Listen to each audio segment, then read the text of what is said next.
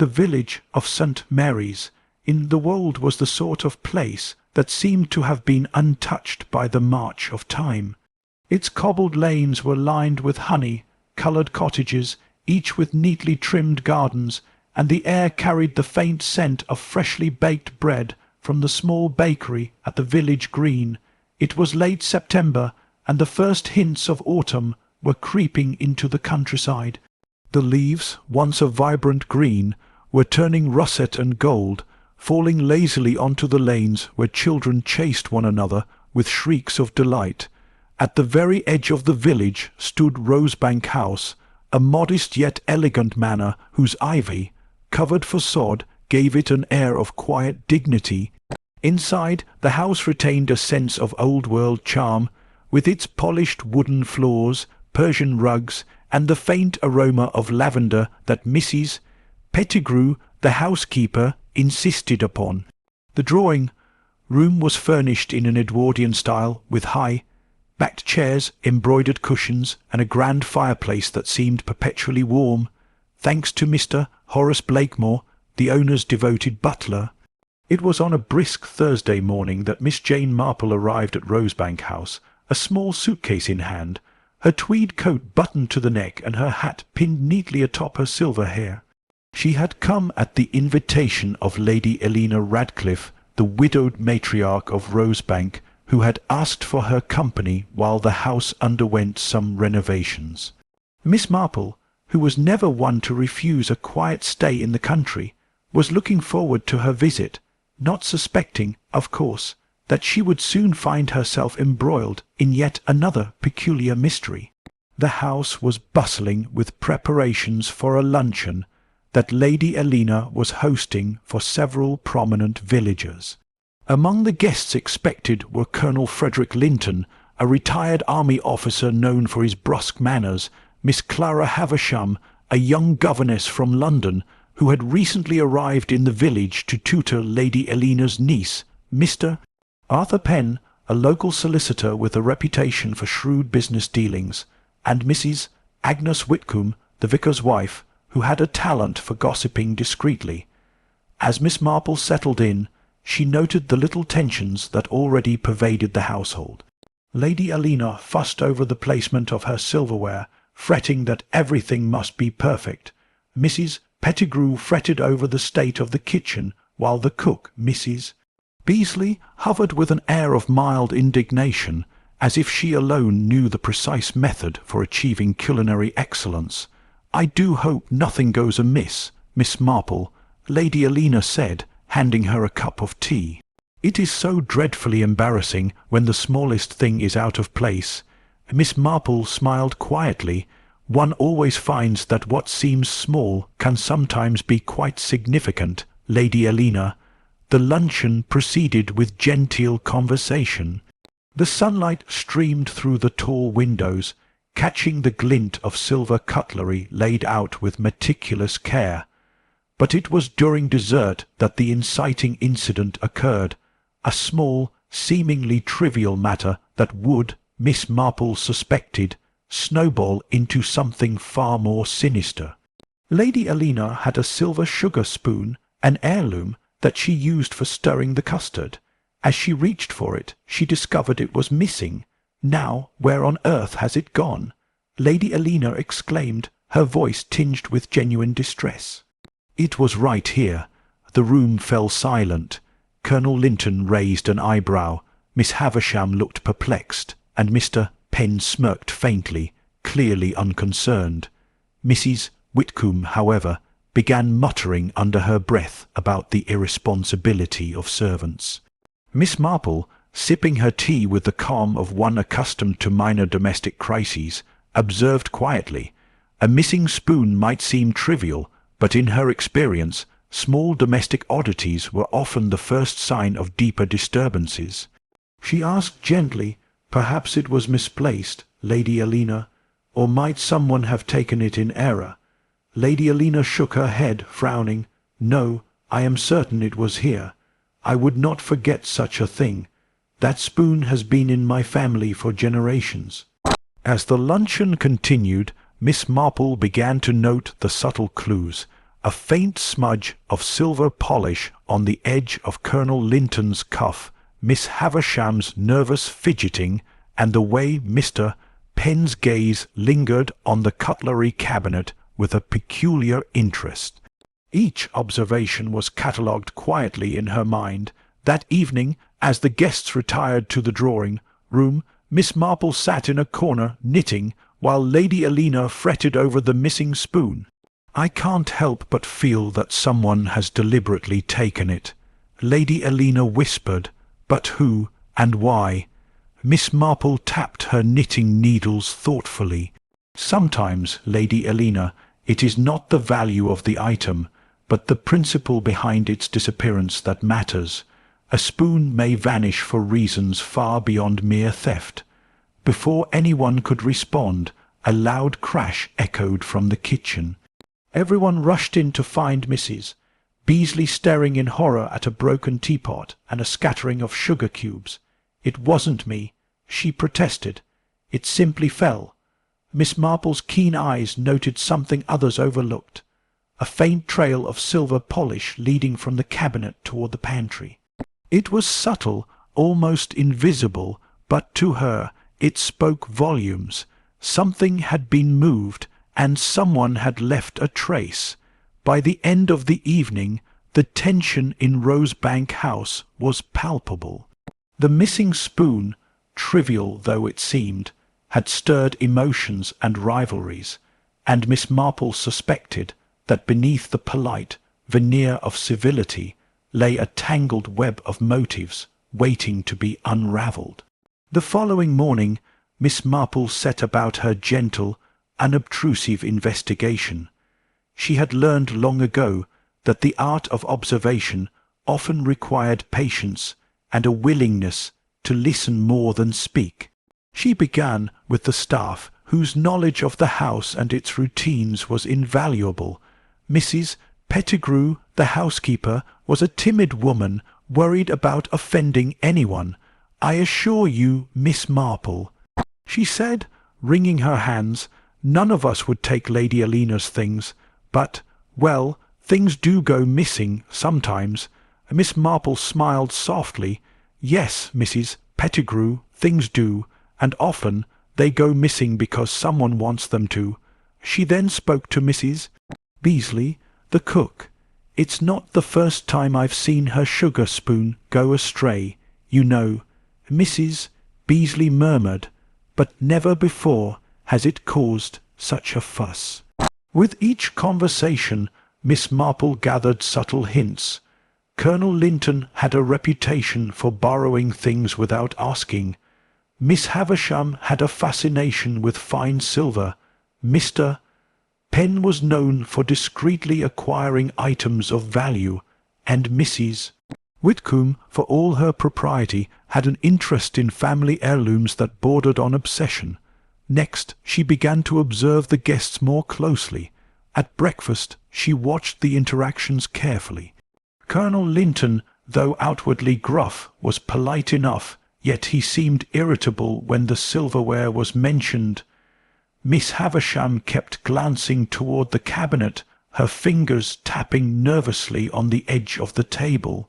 Mr. Penn appeared amused by the fuss, while Mrs. Whitcomb engaged in pointed conversation about honesty and the virtues of careful stewardship. Miss Marple's mind worked like clockwork. The missing spoon, she reflected, was not merely about the spoon itself. It was about human nature, envy, pride, and the small vanities that often led to greater misdemeanours. By late afternoon she had examined the drawing-room and kitchen with meticulous care. The silver cabinet bore signs of recent handling. The floorboards in front of it were slightly scuffed, and most revealingly she discovered a small smudge of silver polish on the corner of a rug near the pantry door. It was subtle, but it spoke of someone moving quickly, perhaps in haste, to conceal the item. Miss Marple decided it was time to test the waters with the guests. She invited them individually for tea in the drawing-room, presenting her observations gently, as one might discuss a puzzle rather than accuse a person of wrongdoing. Colonel Linton scoffed at the idea that he could be suspected, A spoon, Miss Marple, really, I have better things to concern myself with. Miss Havisham, however, grew noticeably anxious. Well, I do love beautiful silver, she admitted, twisting her hands in her lap. But I would never take anything without permission. Mr. Penn smiled thinly. Curious, isn't it, how everyone thinks the simplest matter, such as a missing spoon, can reveal a character. Perhaps it is not the spoon, but the intentions behind the search that matter. Miss Marple nodded. Exactly, Mr. Penn. One must look beyond the object itself to understand the heart of the matter. Mrs. Whitcomb, in contrast, became indignant. I assure you, Miss Marple, I would never— She stopped abruptly, as though remembering her own strictures about polite conversation. Throughout the day, Miss Marple continued her quiet scrutiny. She noted who lingered where, who seemed eager to divert attention, and who appeared genuinely perturbed. Every gesture, every fleeting glance, was another piece of the puzzle. It was when she examined the pantry door more closely that she discovered a tiny clue. A hairpin caught in the latch, almost invisible. It was slender, delicate, and almost certainly female. Miss Marple tucked it carefully into her handkerchief, her mind already considering the implications. By evening, she had formed her first impressions. The missing spoon was a symptom, not the disease. Beneath the genteel surface of Rosebank House, rivalries and desires simmered, and it was her task to uncover them before a small matter became a serious scandal, or worse. The morning after her initial investigations, Miss Marple awoke to a crisp dawn that promised clarity, yet the atmosphere at Rosebank House was anything but clear. Over breakfast, she noted the tension lingering in the air like a stubborn fog. Lady Alina fussed over her teacup, Colonel Linton grumbled about the quality of the toast, and Miss Havisham seemed excessively diligent in buttering her scone without spilling a crumb. Miss Marple observed quietly. She had long understood that the key to uncovering human intentions lay in small, almost imperceptible actions. The hesitation in a reply, the unnecessary repetition of a phrase, the eye that flits nervously toward a cabinet. Later that morning, as she wandered the grounds under the pretence of enjoying the autumnal landscape, Miss Marple overheard a whispered conversation between Mrs. Pettigrew and the cook, Mrs. Beasley. "I don't like it," Mrs. Pettigrew murmured, glancing around nervously. "Something's not right. The silver spoon. It wasn't just mislaid, and now that the pantry door was left ajar." Mrs. Beasley lowered her voice. "I thought I saw Miss Havisham lingering there yesterday, fiddling with the cabinets, but it could have been nothing. Young girls do tend to fidget." Miss Marple's eyes twinkled ever so slightly. Nothing was ever nothing, she reflected. The mention of Miss Havisham and the pantry door corroborated the hairpin clue she had found the previous day. Deciding to probe further, she requested a quiet audience with Miss Havisham in the drawing-room. The governess arrived promptly, her composure meticulously maintained, though her hands trembled ever so slightly as she curtsied. "Miss Havisham—" Miss Marple began gently. "I understand your fascination with fine silver. Many young ladies find it quite charming, but one must be careful, can't one?" Miss Havisham's cheeks flushed. I assure you, Miss Marple, I would never take anything. I admire the silver, yes, but it is never mine to touch." Miss Marple nodded. "Indeed, and yet one sometimes finds that intentions do not always align with actions. A misplaced item, a moment of curiosity, it can appear much like a theft, can't it?" The governess swallowed nervously and averted her eyes. I suppose yes, but I promise I have done nothing wrong." Miss Marple made no comment, letting the silence stretch. Sometimes the mere act of allowing someone to reveal themselves was more effective than direct questioning. Later that afternoon, the household was startled by a minor calamity. Mrs. Pettigrew discovered that several pieces of silver had been moved from the dining-room cabinet to a locked sideboard in the study, a location accessible to few. The missing spoon was conspicuously absent from both. Colonel Linton grumbled audibly, clearly irritated by the apparent disarray. "This is absurd. One cannot have peace in one's own house with people sneaking about like thieves in the night." Miss Marple, however, was quietly intrigued. The relocation of the silver was no accident. Whoever had taken the spoon had returned, or at least moved other pieces to confuse the household. The plot was deepening. Over tea she gently tested Mr. Penn's reactions. "Curious, isn't it?" she mused aloud, "how even the smallest object can cause such upheaval." Mr. Penn leaned back, his expression a mixture of amusement and calculation. "Indeed, one might almost believe there was a game afoot. Perhaps someone wishes to test our powers of observation, or perhaps our patience." Miss Marple inclined her head. "A game, yes, but games can have consequences, and one must tread carefully. Even a spoon can stir far more than custard." Her remark drew polite laughter, though each guest sensed the underlying meaning. Miss Marple's skill was not in startling accusations, but in gently nudging people toward revealing themselves. That evening another clue emerged.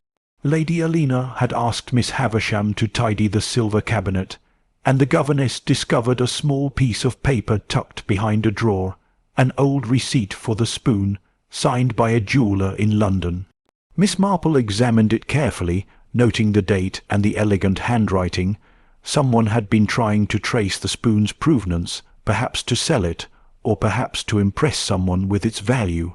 Miss Marple pondered aloud, curious. Someone is taking pains to document the spoon's history. It suggests both knowledge and interest beyond mere chance. Meanwhile, Mrs. Whitcomb, ever vigilant in moral observation, had been making pointed remarks about how temptation often appears in the most innocent forms. She suggested that any young person could be lured into wrongdoing by curiosity. Miss Marple smiled inwardly. Red herrings were everywhere, and Mrs. Whitcomb's commentary was shaping a subtle fog to obscure the truth. The following day, the first significant red herring emerged. Colonel Linton, in an unguarded moment, revealed that he had noticed Miss Havisham lingering near the cabinet, seemingly admiring the silver.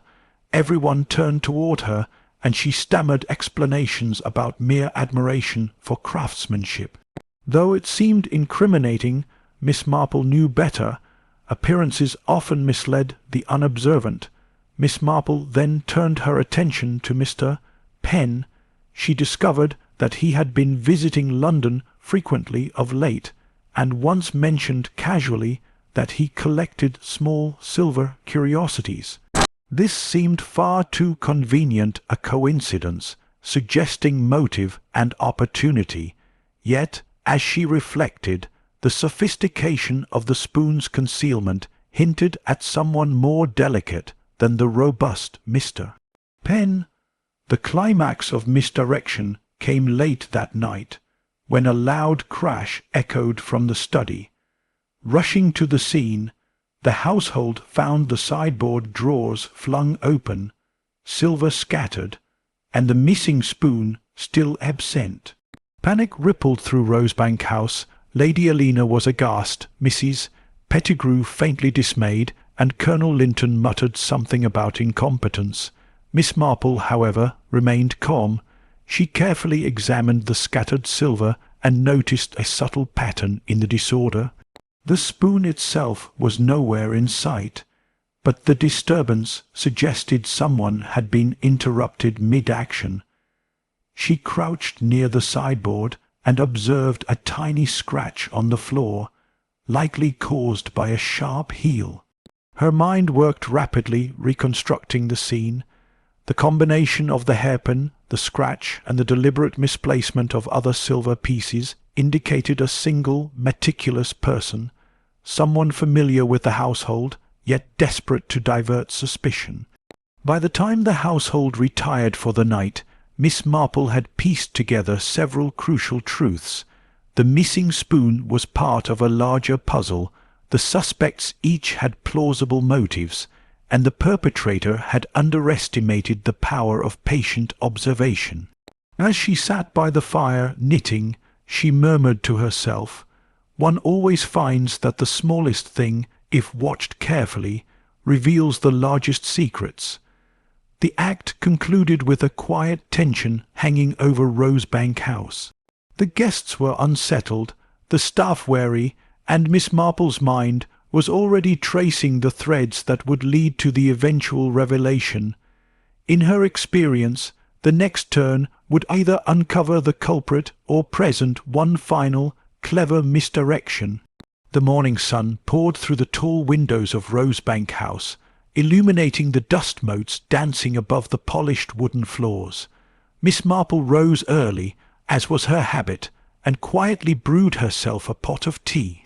She liked these solitary moments before the household awoke, the time when thoughts could settle, observations could take shape, and the mind could reconstruct the tangled skein of events. She began by reviewing the clues she had collected: the hairpin found in the pantry latch, a delicate item, almost certainly female; the silver polish smudge on the rug near the pantry, suggesting hurried handling; the scratched floorboards near the sideboard in the study, likely caused by a heel; the small piece of paper documenting the spoon's provenance; red herrings, Colonel Linton's apparent irritation, Mr. Penn's interest in silver, and Mrs. Whitcomb's moral pontifications. Miss Marple sipped her tea thoughtfully. The pattern was beginning to emerge. The perpetrator was meticulous, deliberate, and feminine. The motive was not simply theft, it was pride, curiosity, or perhaps an attempt to impress. But who among the household and guests matched all these traits? Her thoughts were interrupted by the sound of footsteps. Lady Alina entered the room, her expression worried yet relieved to see Miss Marple. "Good morning, Miss Marple. I do hope you've slept well." "Quite well, thank you, Lady Alina," Miss Marple replied. "And you still troubled by the missing spoon, I imagine?" Lady Alina nodded, wringing her hands. "I cannot help but fear it may never be found, and if it has been taken deliberately, oh, how dreadful!" Miss Marple smiled gently. "Let us not assume the worst just yet. Often things appear more dreadful than they truly are. One must examine carefully before drawing conclusions." They were joined by Mrs. Pettigrew, who hesitated on the threshold. "Miss Marple, there's something I thought you ought to know. Last night I heard someone moving about in the pantry. I didn't see who, but it was very late, and the footsteps were light, almost like someone on tiptoe." Miss Marple's eyes twinkled. "That aligns with my suspicions, Mrs. Pettigrew. Someone has been very careful in concealing their movements, and yet even the most careful person leaves traces. By mid-morning, Miss Marple had requested that each of the guests join her in the drawing-room, ostensibly for tea. It was here that she intended to reveal her deductions, but not before testing a final hypothesis. She placed the small piece of paper, the receipt from London, on the table and watched their reactions carefully. Miss Havisham's fingers twitched slightly, Colonel Linton's brow furrowed, Mr. Penn's smile faltered, and Mrs. Whitcomb adjusted her glasses nervously. Miss Marple, as always, observed these reactions with the patience of a cat. "Curious," she began softly, "how even the smallest object can stir so much interest and suspicion. One might almost think it carries with it secrets of its own." She allowed a pause, letting the words sink in. "And in a household such as this, the smallest actions often speak the loudest truths." Miss Havisham shifted in her chair, her cheeks flushed. I assure you, Miss Marple, I have done nothing wrong." "Of course," Miss Marple said, her tone gentle. "But let us consider another possibility. The spoon is missing, yes, but so is the peace of mind it represents. Someone among us has gone to great lengths to remove it, not merely to possess it, but to see how others react. Someone who knows the household well, who moves quietly, and whose actions betray a desire to impress or control." She turned her gaze slowly, deliberately to Miss Havisham. Tell me, my dear, have you ever admired silver so keenly that you wished to hold it, even briefly?" Miss Havisham's hands trembled. Perhaps I admired it, but I would never take it. I couldn't." Miss Marple inclined her head, her voice calm yet incisive. "Admiration can indeed be innocent, yet one sometimes acts on admiration without fully realizing the consequences. That spoon, delicate and precious, became an opportunity, an experiment, if you will. You wished to see whether anyone noticed, how they would respond, and perhaps how you might feel in possession of a secret." Miss Havisham's eyes widened, a mixture of fear and guilt. She opened her mouth, then closed it, unable to find words. "Then it was you," Miss Marple said softly, "who moved the spoon, who left the trace of polish, the hairpin, the careful misplacement of other silver pieces to divert attention. All these actions point to a careful, deliberate hand, and one that is small, light, and familiar with the house." The governess's head bowed. "Yes," she whispered, I did. I only meant to see if anyone noticed. I never meant to cause trouble. I thought I might return it later." Miss Marple nodded kindly. "Curiosity is not a crime, my dear, but secrecy can make even small acts appear grave. It is fortunate that no real harm was done, though the lesson is clear. Small actions have consequences, especially in a household where everyone is observant." Lady Alina, relieved, clasped Miss Havisham's hand. "Oh, my dear child, it is a relief that this mystery has such a human explanation. No one was in danger, and no malice was intended." Miss Marple smiled, her knitting needles clicking quietly. "Indeed, Lady Alina, and it is often the simplest explanation that is the truest. A missing spoon, a hairpin, a little polish, all pieces of a small puzzle, nothing more, yet enough to unsettle the entire household." She then addressed the other guests. "And let this serve as a reminder that in matters of observation, it is not only what one sees, but how one interprets it that matters. Even a trivial disappearance can reveal character, intentions, and the subtle dynamics of a household." Colonel Linton grunted, though with less irritation than usual. "Well, that's that, then. A lesson in caution for us all, I suppose." Mr. Penn inclined his head, the faintest trace of a smile returning. "Quite a demonstration in human psychology, if nothing else." Mrs. Whitcomb, ever the moralist, sighed with relief. "It is fortunate that no true harm came of this. Let us all remember to act with honesty and prudence." Miss Marple reflected quietly. Sometimes the simplest truths were the most satisfying, and sometimes the smallest mysteries revealed the deepest human tendencies. She had solved the case of the missing spoon, yet she knew, as always, that human nature would continue to provide endless curiosities for her gentle scrutiny. By late afternoon, Rosebank House had settled into a new calm. Miss Havisham had returned the spoon to its rightful place, the guests were at ease, and the staff breathed freely, relieved that the tension had lifted. Miss Marple, seated by the fire with her knitting, allowed herself a small smile. A spoon, a hairpin, and a dash of curiosity. She murmured, "Who could have guessed that so small a mystery could stir such a world of emotions?" The act concluded with the household returning to its usual rhythm, the earlier suspense replaced by quiet reflection. Yet Miss Marple, with her keen eyes and gentle wit, remained ever watchful, knowing that even the most serene village could conceal secrets waiting to be discovered. The following morning, Rosebank House awoke to a gentle golden light streaming through the windows. The chill of autumn had deepened overnight, leaving a crispness to the air that carried the scent of fallen leaves and damp earth. Yet inside the manor, the atmosphere was noticeably lighter. The tension that had gripped the household since the missing spoon had vanished seemed to have lifted, though only just. Miss Marple, as always, remained watchful, aware that human emotions rarely settle so quickly and that even small mysteries could leave lingering ripples. Miss Havisham had returned the spoon to its place in the silver cabinet, polishing it delicately before anyone could see the faintest smudge of handling. She moved with quiet diligence, as if atoning for her curiosity and testing her courage in returning an heirloom she had taken only for a fleeting thrill.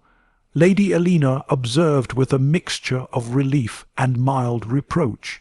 "My dear," Lady Elena said softly, "you must understand that even small act, such as moving a spoon, can cause far more trouble than one imagines. Why did you not speak up immediately?" Miss Havisham lowered her eyes. "I was frightened. I thought I might be blamed unfairly, and I did not wish to cause distress. I only wished to see whether anyone noticed. It seemed interesting at the time." Miss Marple, sitting in her favourite chair with knitting in hand, offered a gentle smile. "Curiosity, my dear, is not a crime. It is the secrecy that troubles us, the withholding of truth. Once that is removed, the consequences are far less severe." Colonel Linton, having joined the morning assembly, grunted in acknowledgment. "Well, I suppose that settles it. No one was harmed, and the spoon is back in its rightful place. That's satisfactory, isn't it?" "Yes," Lady Elena agreed, though with a note of lingering caution.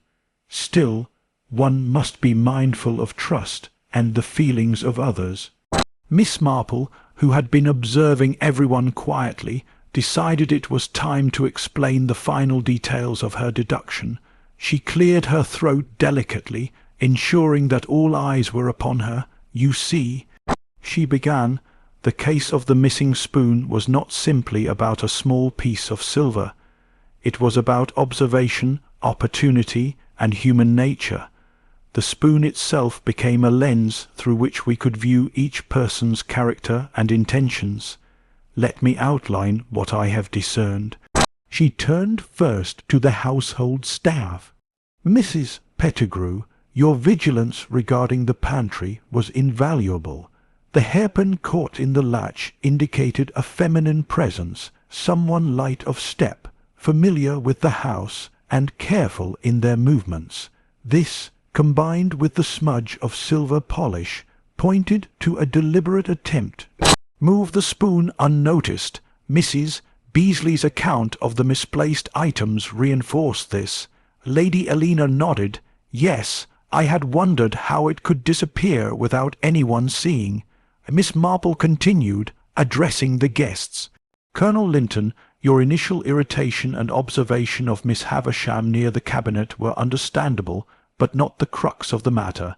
Mr. Penn, while your interest in silver and London acquisitions was noted, the evidence suggests a more delicate hand than yours.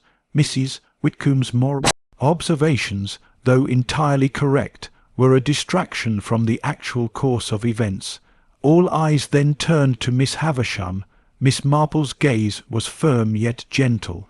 "Miss Havisham, the scratches on the floorboards near the sideboard, the careful misplacement of other silver items, and the final return of the spoon all indicate that you wished to see what effect your actions would have on the household. Your curiosity was natural, but it was the secrecy and the attempt to divert suspicion that caused the greatest disturbance."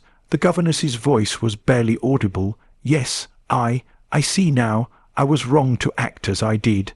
Miss Marple nodded. "And yet, understanding and acknowledging the mistake is part of the learning process. One's intentions may be innocent, but they must be tempered with consideration for others. That is the lesson of Rosebank House's missing spoon." Lady Elena, smiling faintly, reached over to pat the young woman's hand. "We are all relieved, my dear. It is a lesson in honesty and courage, and perhaps in paying attention to the smallest details, as Miss Marple has shown us." The resolution of the case, however, was not solely a matter of moral instruction. Miss Marple, ever observant, had noted additional layers to the incident that added nuance and depth, the misplacement of other silver pieces. She continued, was a clever misdirection intended to confuse the household. It drew attention away from the spoon, which suggests a mind both playful and cautious. Your curiosity led you to create a small puzzle, Miss Havisham, and it is a testament to the human mind's capacity for ingenuity, even in trivial matters. Miss Havisham blushed, a mixture of embarrassment and pride. "I suppose it was a puzzle, yes. I only wanted to see if anyone would notice." Miss Marple tapped her knitting needles lightly. "And now we know that curiosity, carefully observed, is harmless. Secrecy and pretense are what create anxiety. The household can return to its normal routine, as everyone has seen the true cause of the disturbance." Colonel Linton grunted, and Lady Elena nodded. Even Mr. Penn, with his ever-present faint smile, seemed satisfied. The atmosphere lightened, the tension evaporating like mist in morning sunlight. As the day progressed, the household settled into a sense of calm. Miss Marple took her usual walk in the garden, observing the autumn leaves and the way the sunlight glimmered on the rose bushes. The villagers, who occasionally passed by, waved politely, noting the return of order to the manor. Even the staff seemed to breathe easier, freed from the uncertainty that had hung over the household. By tea-time, Miss Marple reflected on the events. It was, she mused, a reminder that the smallest actions could reveal the largest truths about character, intention, and human nature. A missing spoon might seem trivial to most, yet it had stirred the household, unveiled subtle dynamics, and offered her an opportunity to observe the quiet intricacies of human behaviour. Lady Elena joined her in the drawing-room, carrying a tray with freshly baked scones and tea. "Miss Marple," she said warmly, "we owe you our thanks, not only for discovering the truth, but for doing so with such patience and tact. I dare say none of us will soon forget this lesson." Miss Marple smiled, a twinkle in her eye. "Indeed, Lady Elena, one finds that even small mysteries provide the clearest insights. Curiosity is natural, and mistakes are human, but understanding and honesty restore harmony." Miss Havisham, standing nearby, added quietly, "I shall never again underestimate the consequences of a small action, or the sharp eyes of an observant lady." Miss Marple nodded. "It is a lesson well learned, and now we may all enjoy our tea with a clear conscience." The guests and household members chatted quietly, the room filled with a gentle warmth. Colonel Linton regaled Mr. Penn with stories of his army days. Mrs. Whitcomb discussed parish events with Lady Elena, and Miss Havisham helped serve tea, her movements careful and thoughtful. The silver spoon gleamed once more in its rightful place, a small symbol of order restored. As the afternoon wore on, Miss Marple retreated to her favourite chair by the window, knitting in contented silence. Outside, the autumn sun slanted through the trees, illuminating the gardens of Rosebank House. The village beyond remained peaceful, its cobbled lanes quiet, except for the occasional sound of children playing. Miss Marple's mind, as always, was alert, noting small details, the way a leaf fell from a tree, the way sunlight reflected on the pond, the faint echo of footsteps along the corridors. Even in moments of calm, she understood that human nature continued to provide endless curiosities, puzzles, and lessons, and so the mystery of the missing spoon was resolved, not with scandal, not with malice, but with careful observation, patience, and the gentle art of understanding human character. Rosebank House returned to its serene rhythm, its inhabitants wiser for the experience, and Miss Jane Marple once more demonstrated that even the smallest mystery could reveal the grandest truths. As evening descended, Miss Marple settled into her chair with a final sip of tea. "A spoon, a hairpin, a little polish, and a great deal of human nature," she murmured softly. Who would have thought such a small thing could teach so much? The house was quiet. the mystery resolved, and for the residents of Rosebank House, life had returned to its gentle, harmonious pace, at least, until the next curious incident called upon Miss Marple's observant eye.